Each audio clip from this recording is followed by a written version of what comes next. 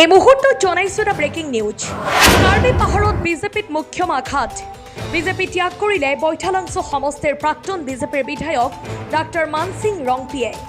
ৰাজ্যিক সভাপতি দিলীপ শইকীয়ালৈ পদত্যাগ পত্ৰ প্ৰেৰণ কৰিলে মানসিং ৰংপিয়ে। পশ্চিম কাৰ্বি আংলং জিলাৰ বিজেপিৰ সভাপতিৰ জৰিয়তে প্ৰেৰণ পদত্যাগ পত্ৰ। জিলা বিজেপিৰ কাৰ্যালয়ত উপস্থিত হৈ অৰ্পণ কৰে পদত্যাগ পত্ৰ। পুৰণা বিজেপিনো ক'ত আছে, চব নতুনেই দখল কৰিছে। পুৰণা সকলৰ চিনমুকাম নাই। পদত্যাগ পত্ৰ অৰ্পণ কৰি এই মন্তব্য মানসিং ৰংপিৰ। উল্লেখ্য যে 2006 চনৰ পৰা 2016 চনলৈ একেৰাহে তিনিবাৰ বৈঠালাংছ সমষ্টিৰ পৰা বিধানসভালৈ কংগ্ৰেছ দলৰ পৰা নিৰ্বাচিত হৈছিল মানসিং ৰংপি।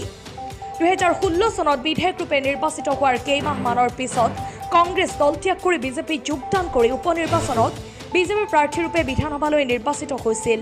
তেওঁ কিন্তু 2021 চনত বিজেপি দলে তেওঁক প্ৰাৰ্থিত্বৰ পৰা বঞ্চিত কৰে। News desk report, Batadrava live.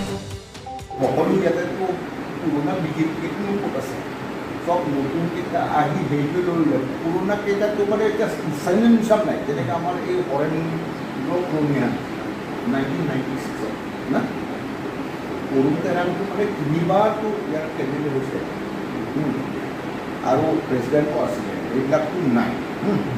আৰু মই আহি প্ৰথমটো মই প্ৰণাম কৰিছোঁ, এইটো এৰি থৈ যাব লাগে।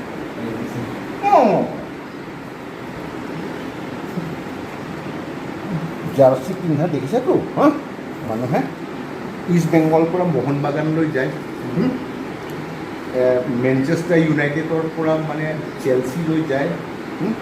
এই তেনেকৈ এইটোতো জাৰ্চিহে, এইটো কোনো পিন্ধা নাই না এনেকুৱা ইয়াতে।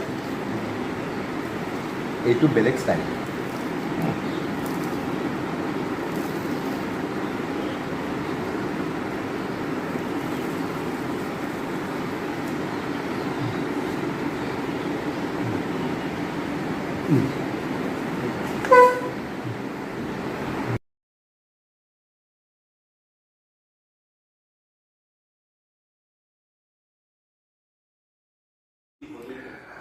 পদত্যাগ কৰিছোঁ মানে মই ভালেমান দিন ইয়াত আছিলোঁ।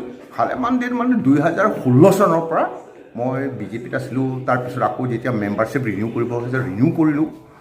কিন্তু দেখা গৈছে যে ইয়াতে মোৰ মানে এটা বিশেষ ভূমিকা কৰিবলৈ বিশেষ একো নাই বিজেপিত থাকি।